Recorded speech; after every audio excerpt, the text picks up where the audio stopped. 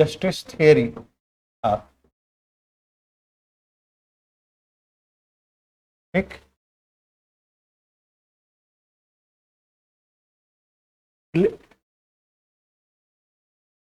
according to Plato, first point, clear?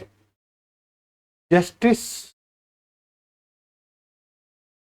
is a justice is a no difference between merit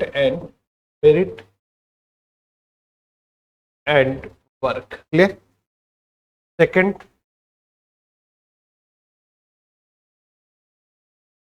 specialization of work, specialization of work, clear? And third position है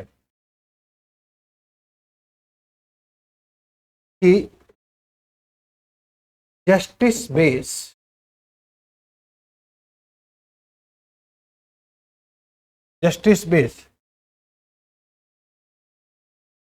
ideal state, ठीक।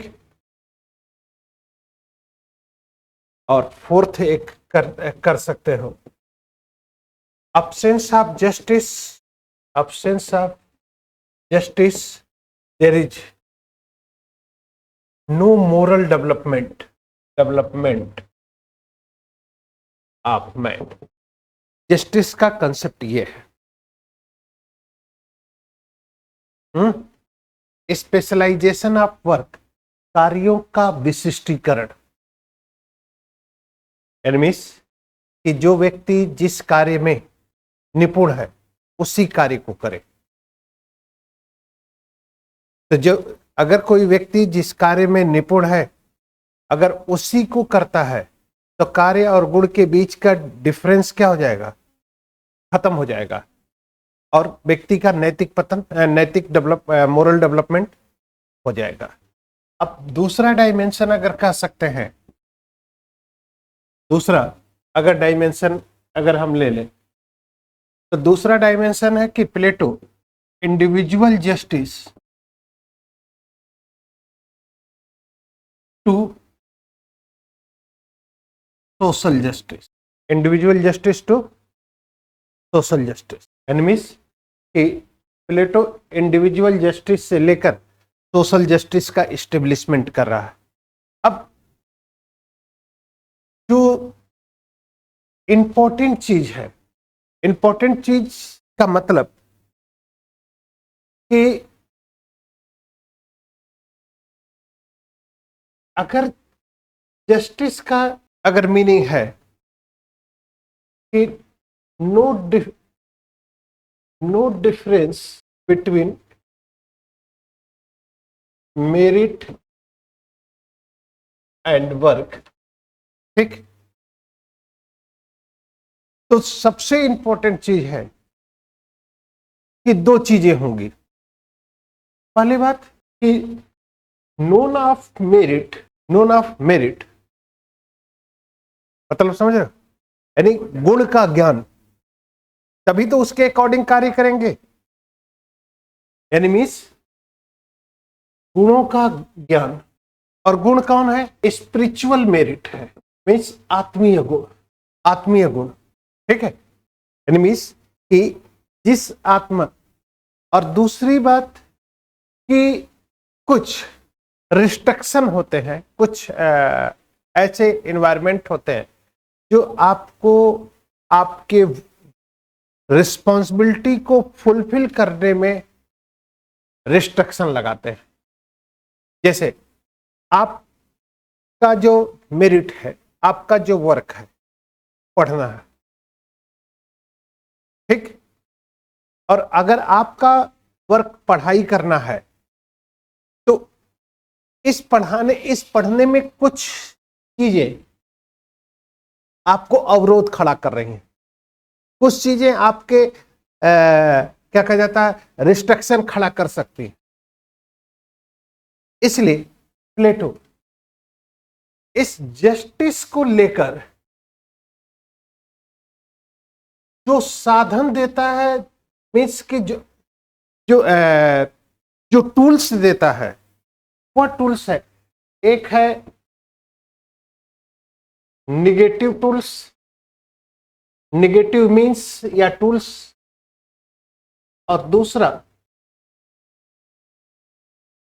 Positive means. ठीक है, एक negative means और दूसरा positive means. यहां तक समझ में आ गया? निगेटिव मीन्स है कि आपको आपके कार्यों में अवरोध कौन चीज खड़ा कर रही है, और पॉजिटिव टूल्स है या पॉजिटिव मीन्स है कि आपको आपके गुणों का ज्ञान, यानी means none of the spiritual character या none of the spiritual merit, इन सबको बता रहा है। तो यहां पर इस जगह निगेटिव टूल्स के अंतर्गत, नेगेटिव टूल्स को लेकर यहां पर कम्युनिज्म थियरी दिया, एंड सेकंड पॉजिटिव मीन्स के अंतर्गत एजुकेशन थियरी देता, एजुकेशन। ठीक है, यानी मीन्स कि जस्टिस को अचीव करने के लिए, जस्टिस को प्राप्त करने के लिए प्लेटो क्या चीज दे रहा है? दो टूल्स देता है, एक निगेटिव या निगेटिव मीन्स और दूसरा पॉजिटिव मीन्स।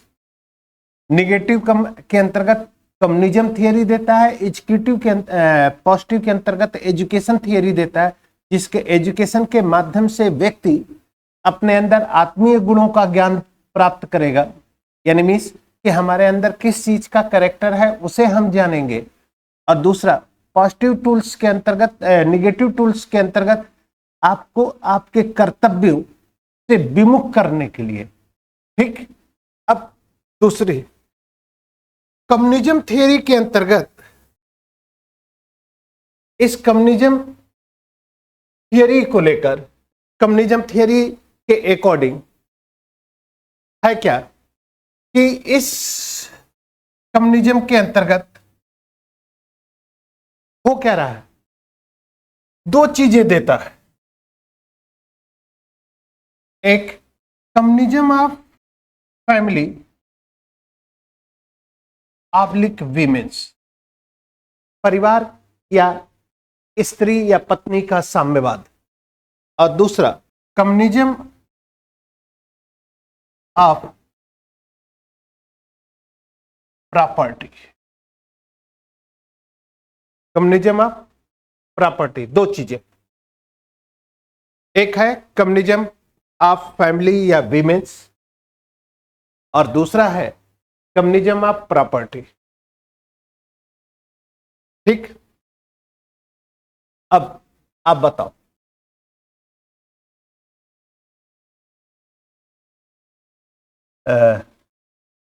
आप लोग बताइए कि जी दुर्गेश, तुम्हारी कोई गर्लफ्रेंड है? छुटका है बोल रहा।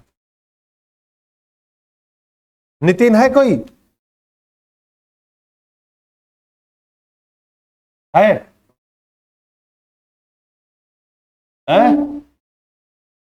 इसीलिए दिन भर घूमता है ना, पढ़ता नहीं है।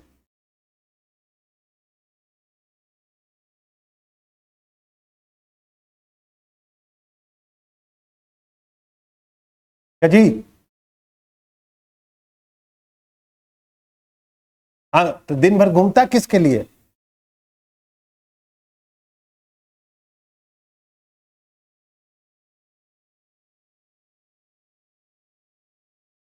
है कि नहीं?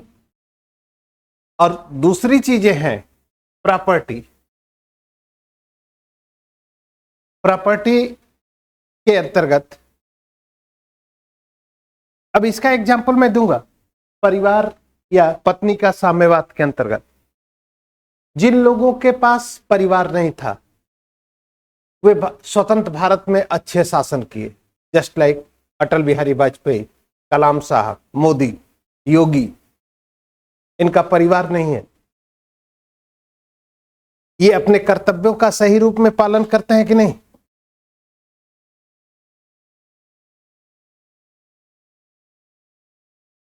नहीं, सही बात भी आज भी है। दूसरी बात, अखिलेश मुलायम सिंह का बहुत बड़ा कुनबा है, लालू प्रसाद यादव का बहुत बड़ा कुनबा है, डीएमके नेता करुणानिधि का बहुत बड़ा कुनबा है, मायावती आपका उद्धव ठाकरे, इन लोगों के बहुत बड़े कुनबे हैं, या कांग्रेस के बहुत, ये लोगों के व्यक्तित्व का विकास कर रहे हैं, ये अपने कर्तव्य का सही रूप में पालन कर रहे हैं।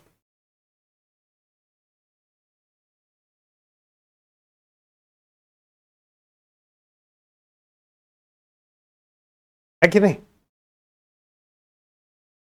वहीं पर अगर कम्युनिज्म ऑफ प्रॉपर्टी की बात करते हैं, कम्युनिज्म ऑफ प्रॉपर्टी की स्थिति को अगर हम एनालाइज करते हैं, तो कम्युनिज्म ऑफ प्रॉपर्टी की जो पोजीशन है, कम्युनिज्म ऑफ प्रॉपर्टी की जो स्थिति है, उस स्थिति को लेकर, उस सिचुएशन को लेकर सबसे बड़ी विडंबना है। इसका सबसे अच्छा एग्जाम्पल आप लोग खुद हो कि घर से जब शुरुआत में पैसे आते, जब महीने के शुरुआत में आपको पैसे मिलते हैं, तो शुरुआत में 10 दिन तक पढ़ाई नहीं होती, क्योंकि पैसा आपके कर्तव्यों से विमुख कर रहा है।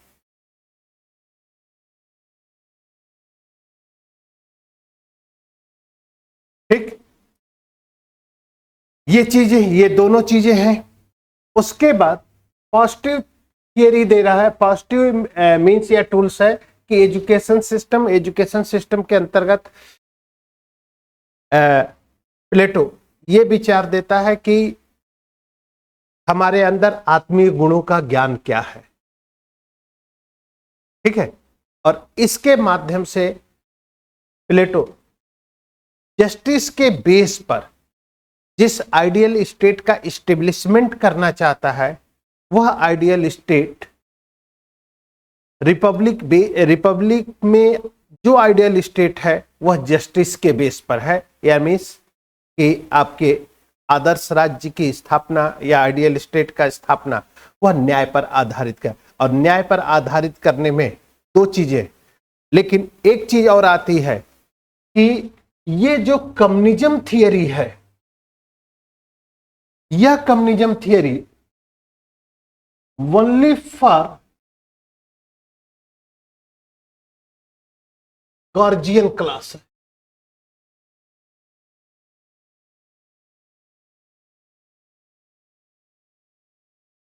यानी मीन्स कि सिर्फ संरक्षक वर्ग के लिए है।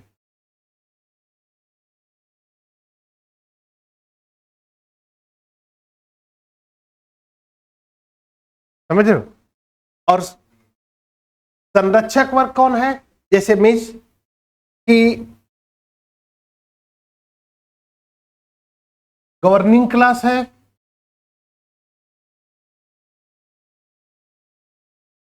मिलिट्री क्लास है,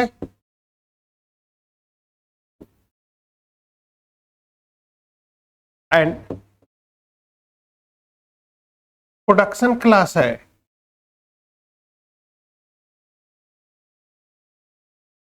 ये तीन है।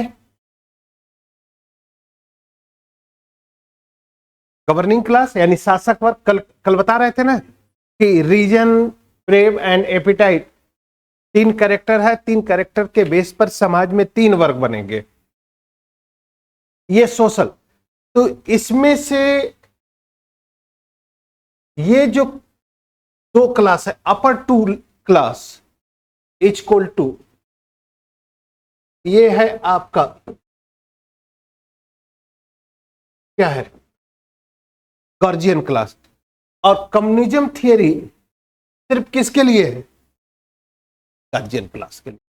यानी मीन्स कि संरक्षक वर्ग के लिए है, और संरक्षक वर्ग उसकी स्थिति को स्थापित करता है। समझ में आई बात? यही बचा था। ठीक है, चलिए लिख लीजिए, नोट करना है, नोट कर लीजिए पहले पेज से, इसमें लिखना। प्राचीन यूनानी दार्शनिक प्लेटो के समय यूनान के नगर राज्यों या एथेंस के नगर राज्यों में रहने वाले लोगों का नैतिक पतन हो रहा था। जिसका मुख्य कारण था कि कार्य और गुण के बीच विभेद था। तात्पर्य यह था कि जिन्हें शासन करना चाहिए था वे शासन नहीं कर रहे थे, और जिन्हें शासन नहीं करना चाहिए वे शासन कर रहे थे। यदि अयोग्य लोग शासन करते हैं तो शासन लोगों के हित में नहीं बल्कि अपने सगे संबंधियों के हित में करेंगे। इसलिए प्लेटो लोकतंत्र को अज्ञानी और मूर्खों का शासन कहता है। ठीक, पैराग्राफ चेंज करो। Paragraph change. प्लेटो ने व्यक्ति के नैतिक विकास के लिए कार्य और गुण के विभेद को समाप्त करना चाहा। इसलिए अपनी पुस्तक रिपब्लिक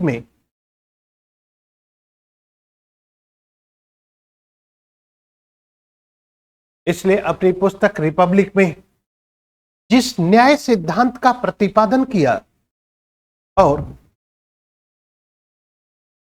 न्याय आधारित जिस आदर्श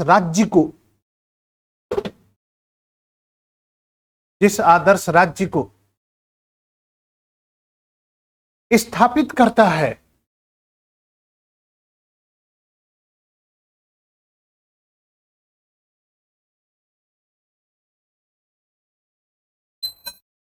वह आदर्श राज्य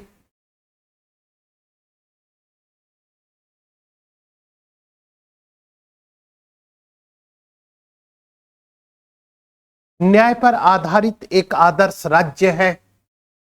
ठीक, पैराग्राफ चेंज करो। प्लेटो ने अपने न्याय सिद्धांत का प्रतिपादन एथेंस में प्रचलित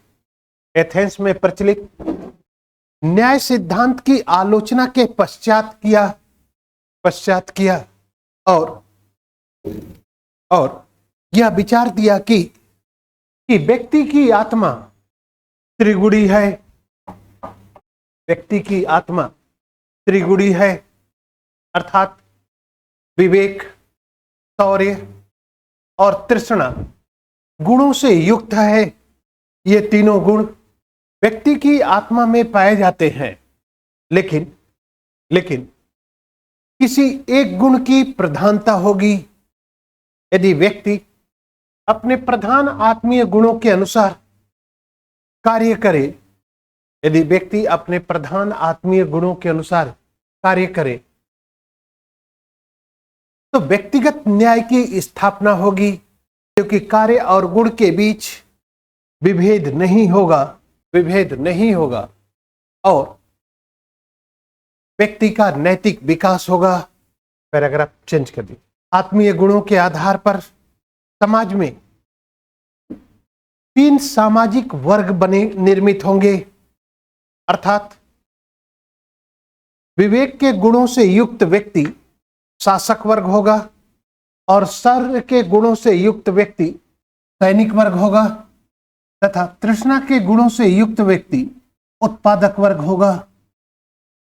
और ये तीनों वर्ग यदि अपने कर्तव्यों का पालन करते हुए अपने गुणों के अनुसार अपने कर्तव्यों का पालन करते हुए आत्मीय गुणों, स्पिरिचुअल कैरेक्टर या मेरिट, कर्तव्यों का पालन करते हुए किसी दूसरे वर्ग के कार्यों में हस्तक्षेप न करें तो सामाजिक न्याय की स्थापना होगी। इसलिए प्लेटो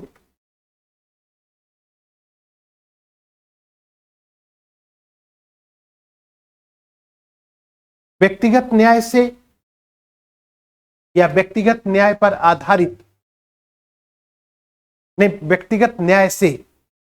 सामाजिक न्याय की स्थापना करता है। सामाजिक न्याय की स्थापना करता है और यह विचार देता है कि राज्य व्यक्ति का विस्तृत रूप है। क्लियर? अब इस पॉइंट को हम छोड़ दे रहे हैं, बस आपको हम समझाने के लिए यहां पर बता दिए थे कि जिस न्याय की स्थापना के लिए उसने विचार दिया था, उसको प्राप्त करने के लिए कौन कौन से साधन देता है, तो वे दो साधन है, एक निगेटिव टूल्स और दूसरा पॉजिटिव टूल्स। ठीक, नेक्स्ट थियरी है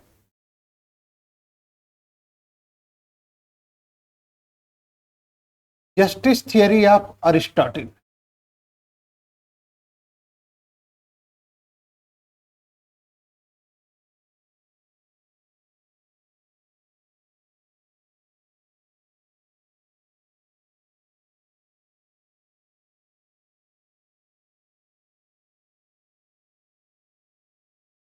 justice theory of Aristotle, clear. और ये है ग्रीक पॉलिटिकल थिंकर।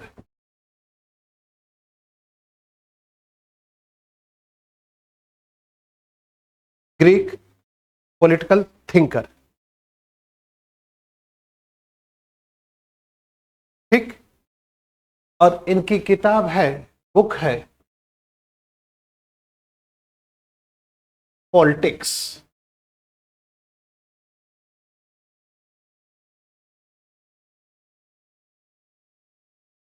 ठीक, अब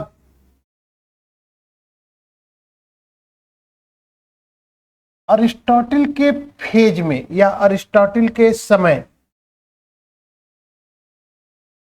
अरिस्टोटल के समय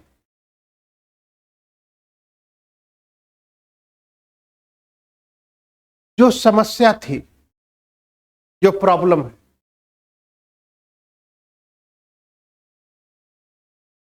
वह था कि political system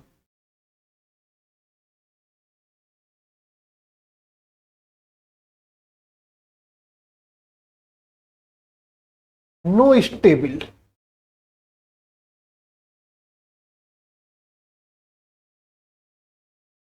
political system no stable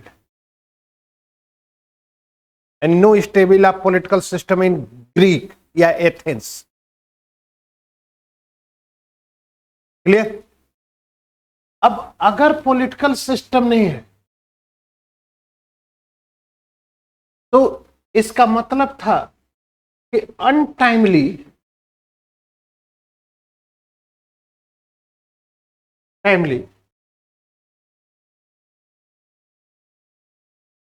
political system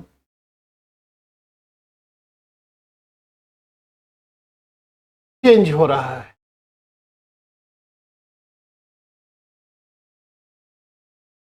ठीक। और अनटाइमली पॉलिटिकल सिस्टम अगर चेंज हो रहा है तो इस पूरे चीज को, इस पूरे स्थिति को अरिस्टोटल नाम देता है रिवॉल्यूशन का।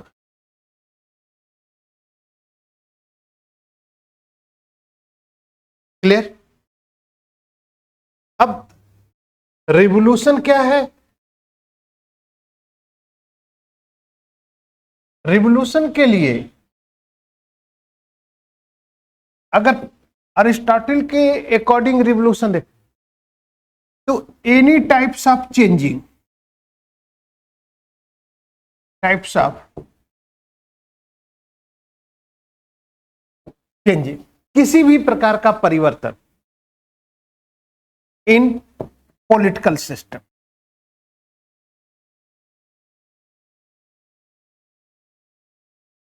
ये परिवर्तन छोटा भी हो या बड़ा हो, क्लियर। अगर ये परिवर्तन छोटा भी हो रहा है, बड़ा भी हो रहा है, किसी भी प्रकार का परिवर्तन हो रहा है तो अरिस्टोटल के लिए वह क्या है? रिवॉल्यूशन है। अब परिवर्तन क्या है?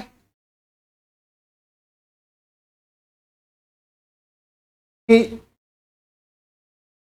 Change the ruling class,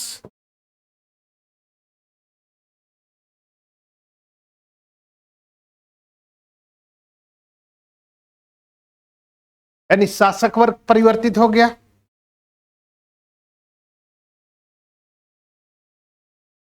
change the constitution,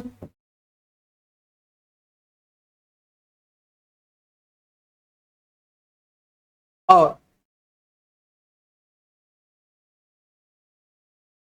change the political system.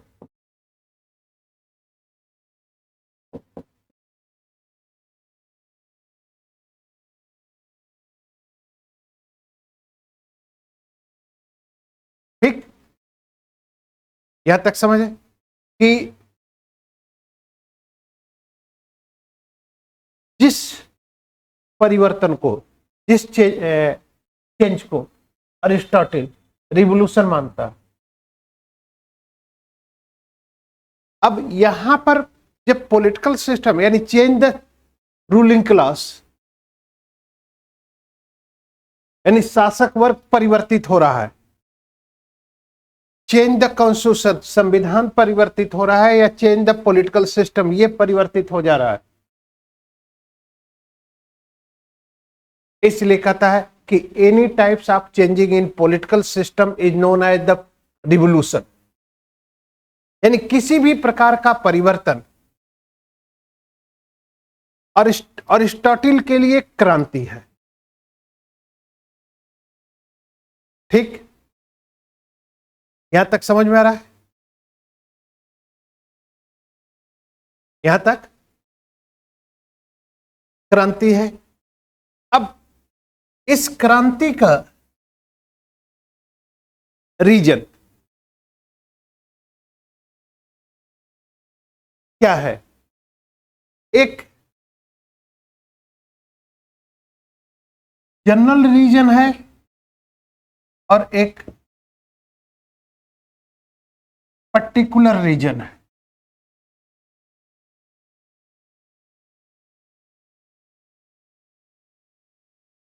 और एक रीजन ऑफ पॉलिटिकल सिस्टम, शासन प्रणालियों का एक रीजन है। ठीक है, इन तीनों रीजनों का अगर कंसेप्ट देखें तो एक ही चीज निकलती है, वो है अनइक्वलिटी।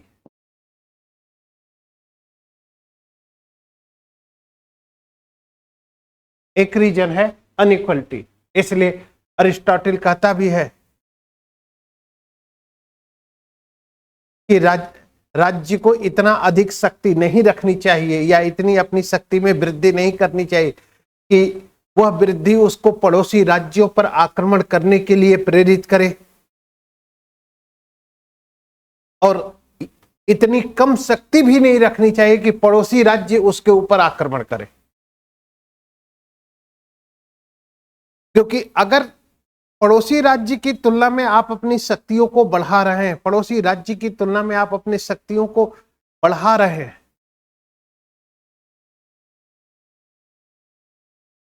है कि नहीं? तो इस स्थिति में, इस सिचुएशन में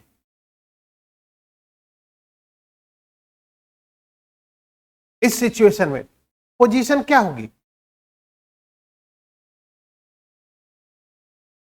अगर मान लो कि तुम्हारे पास शक्ति ज्यादा है, तुम्हारे पास शक्ति ज्यादा है,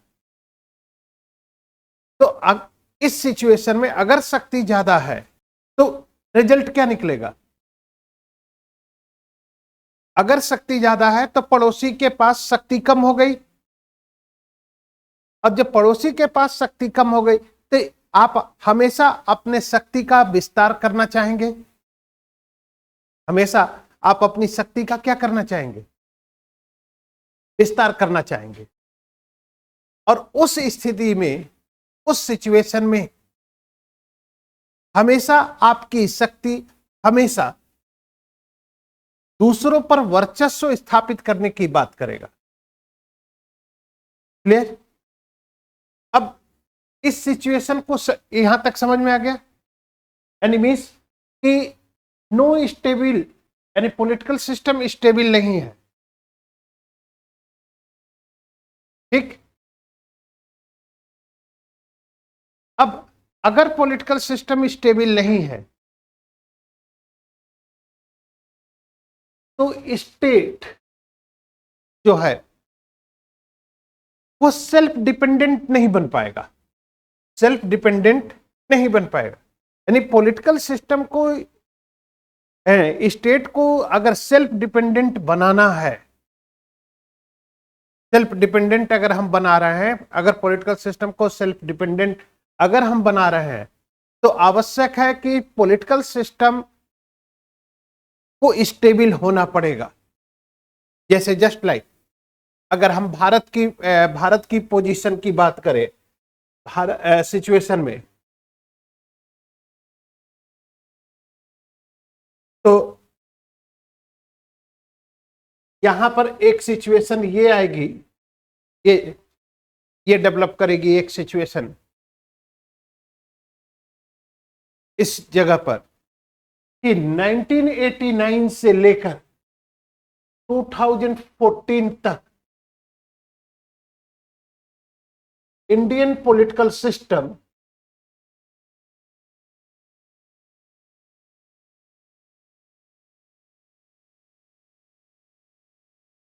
अनस्टेबल है।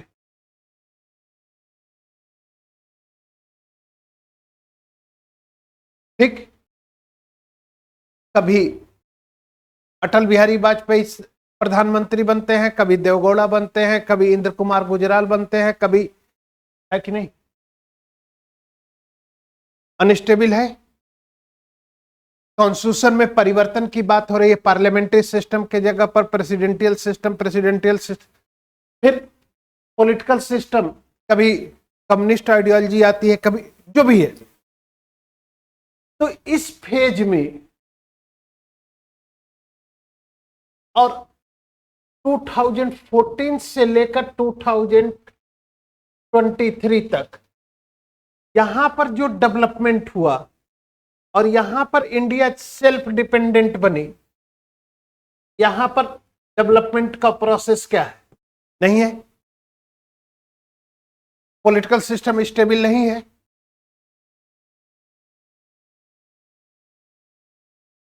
है कि नहीं? तो अगर पॉलिटिकल सिस्टम स्टेबल नहीं है तो डेवलपमेंट नहीं होगा। तो डेवलपमेंट के लिए पॉलिटिकल सिस्टम का स्टेबल होना, और दूसरी बात कि यहां पर ये ह्यूमन है और ये कंसेप्ट बताया है, और ये मैन है, और यहां से ये स्टेट ह्यूमन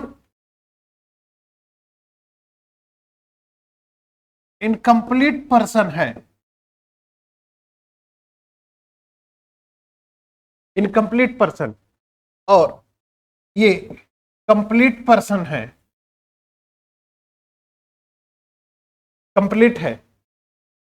तो इनकम्प्लीट से कंप्लीट के तरफ अगर हम चल रहे हैं, और इस इनकम्प्लीट से कंप्लीट करने में राज्य का रोल सबसे अधिक है, तो राज्य को सेल्फ डिपेंडेंट होना पड़ेगा कि नहीं?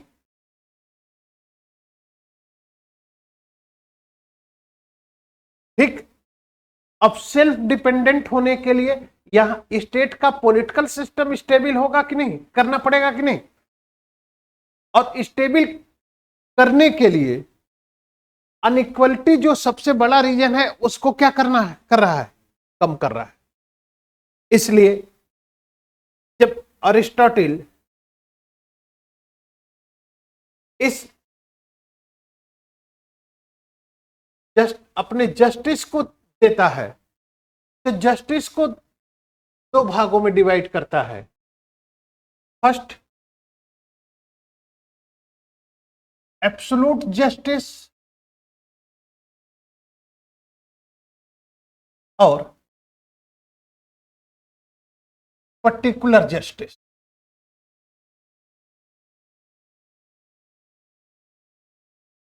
एब्सोल्यूट जस्टिस इक्वल टू पूर्ण न्याय, और पर्टिकुलर जस्टिस इक्वल टू विशिष्ट न्याय।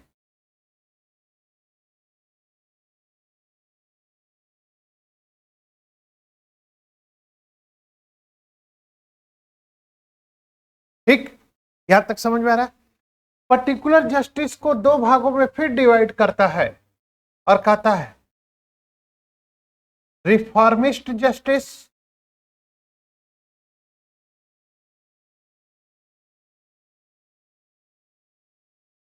सुधारात्मक न्याय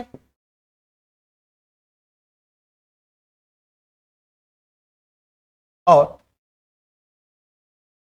डिस्ट्रीब्यूटिव जस्टिस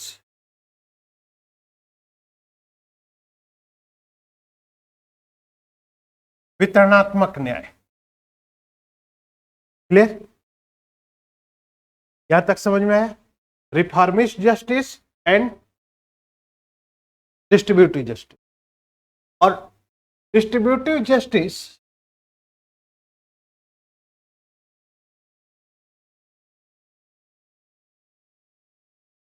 का मतलब है कि quality and capability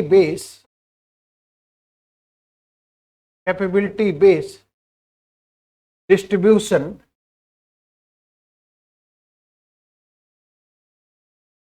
of political post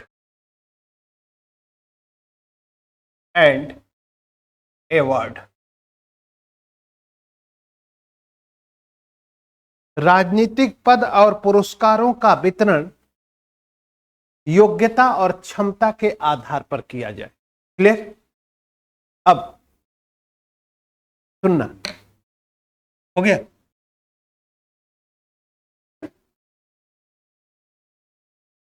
आप लोग आरक्षण का विरोध करते हैं कि समर्थन करते हैं? हर व्यक्ति, सुनिए, उस सिस्टम का विरोध करता है जिस सिस्टम में व्यक्ति अपने से कम योग्य व्यक्ति को अपने से ऊंचे पद पर देखता है। ये आरक्षण के विरोध करने का रीजन भी यही है। उस दिन पेपर के या उसको फैसिलिटीज देने के पीछे क्रिटिसिज्म करने का रीजन भी है ना का यही है। लेकिन कोई भी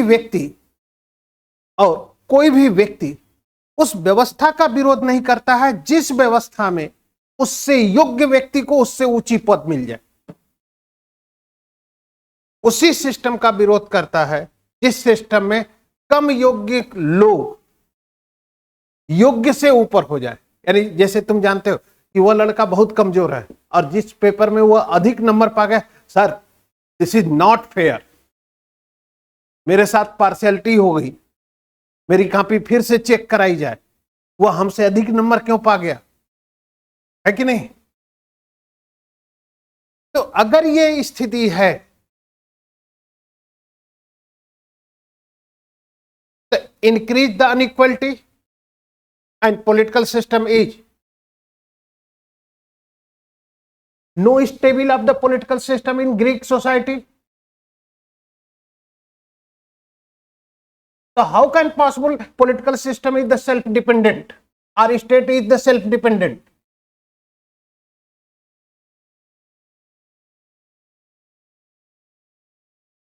Then और ये पोजीशन तब कब आएगी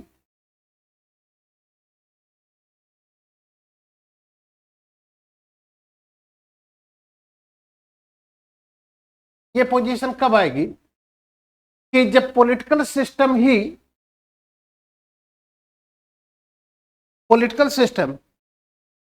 अनस्टेबल है, सेल्फ डिपेंडेंट नहीं है, तो वह इनकम्प्लीट पर्सन को कंप्लीट कैसे बनाएगी?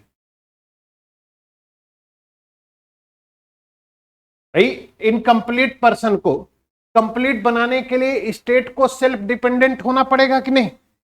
और स्टेट को सेल्फ डिपेंडेंट होने के लिए स्टेट का पॉलिटिकल सिस्टम क्या होना चाहिए? स्टेबल होना चाहिए। बट ग्रीक सोसाइटी में क्या हो रही है? पॉलिटिकल सिस्टम अनस्टेबल है। पॉलिटिकल सिस्टम क्या है? अनस्टेबल है। और जब पॉलिटिकल सिस्टम अनस्टेबल है मींस कि कभी रूलिंग क्लास चेंज हो जा रहा है, कभी आपका कॉन्स्टिट्यूशन चेंज हो जा रहा है, कभी पॉलिटिकल सिस्टम चेंज हो रहा है। और यही सिचुएशन में 1989 से लेकर 2014 तक इंडियन पॉलिटिकल सिस्टम में देखता हूं, तो यहां पर डेवलपमेंट कुछ नहीं है, नहीं के बराबर है। लेकिन यहीं पर 2014 से लेकर 2023 तक अगर हम भारत के परिप्रेक्ष्य में अगर हम एनालाइज करते हैं, तो पॉलिटिकल सिस्टम भी स्टेबल है, और पॉलिटिकल सिस्टम स्टेबल होने के कारण डेवलपमेंट भी हो रहा है, शासन प्रणाली की भी स्टेबिलिटी है, और भारत डे बाय डे क्या हो रहा है, सेल्फ कॉन्फिडेंस के साथ आगे बढ़ता जा रहा है, जिसके कारण इंटरनेशनल पोजीशन में या इंटरनेशनल सिनेरियो में भारत की पोजीशन बहुत आगे बढ़ जा रही है। क्योंकि ह्यूमन टेंडेंसी यही है, मानव स्वभाव यही है कि कोई भी व्यक्ति यह नहीं चाहता है कि उससे कम योग्य व्यक्ति उससे उच्च पदों पर जाए। इसलिए अगर कम योग्य व्यक्ति उससे उच्च पदों पर जाता है तो समाज में विषमता फैलेगी, और इस विषमता के कारण समाज में क्या होगा, असमानता आएगी, और असमानता के कारण रिवॉल्यूशन हो जाएगा।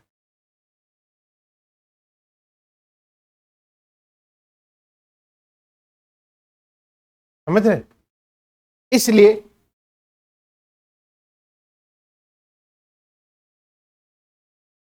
प्लेटो इस डिस्ट्रीब्यूटिव अरिस्टोटल इस डिस्ट्रीब्यूटिव जस्टिस को किस बेस में, quality and capability based distribution of the political post and award, राजनीतिक पद एवं पुरस्कारों का वितरण व्यक्ति की योग्यता और क्षमता के आधार पर। और जब ये होगा, इसलिए ये जो वितरणात्मक न्याय है, डिस्ट्रीब्यूटिव जस्टिस है, इस वितरणात्मक न्याय को आज आधार बनाया गया है। इसलिए नॉन कैपेबल पर्सन को स्टेट क्या करती है, फैसिलिटीज देती है, कैपेबल पर्सन के कंपैरिजन में। जैसे प्रधानमंत्री आवास योजना, ठीक, खाद्यान्न योजना, उज्ज्वला योजना, प्रधानमंत्री किसान निधि, ये किसके बेस पर दे रही है, नॉन कैपेबल पर्सन को ना, जिसके कारण, इसलिए यह वितरणात्मक न्याय का जो बेसिक चीज है वह है कि राजनीति, और यही रीजन है, इस डिस्ट्रीब्यूटिव जस्टिस का ही रीजन है कि आईएएस से लेकर लास्ट पोस्ट तक जो पदों का डिस्ट्रीब्यूशन होता है, उस पदों का डिस्ट्रीब्यूशन सरकार इसी के बेस पर करती है। सबसे टॉप रैंकर वाले आईएएस बनते हैं, उससे कम वाले आईपीएस बनते हैं, उससे कम वाले आईएफएस जाते हैं, उससे कम वाले आईआरएस जाते हैं। तो इन पदों का वितरण किसके आधार पर हो रहा है, योग्यता और क्षमता के आधार। अब जैसे मान लीजिए कि यूपीएससी अगर एग्जाम ले रही है और इस एग्जामिनेशन में सभी लोग, यानी मीन्स 1100 पोस्ट है और इस 1100 पोस्ट में 1100 लोग क्वालिफाई है, तो सबको सिर्फ आईएएस क्यों नहीं बना दिया?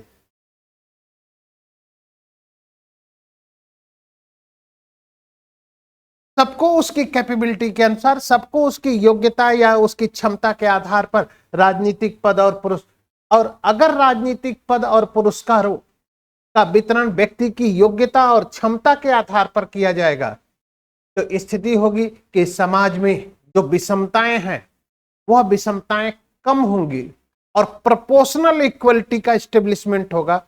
और जब प्रोपोर्शनल इक्वलिटी का एस्टेब्लिशमेंट होगा तो राजनीतिक व्यवस्था भी स्टेबल होगी, और राजनीतिक व्यवस्था स्टेबल होगी तो स्टेट सेल्फ डिपेंडेंट हो जाएगा, और सेल्फ डिपेंडेंट होने के कारण स्टेट इनकम्प्लीट पर्सन को कंप्लीट, इसलिए आप देखे होंगे कि राज्य समाज के कमजोर लोगों, जो इनकम्प्लीट हैं, उन इनकम्प्लीट लोगों को ऊपर उठाने के लिए स्पेशल फैसिलिटीज देता है, जिसके कारण समाज में जो पाई जाने वाली विषमताएं हैं वह विषमताएं कम हो सके। और यही विषमताओं का कम करना सामाजिक न्याय या सोशल जस्टिस का क्या है, ऑब्जेक्ट है।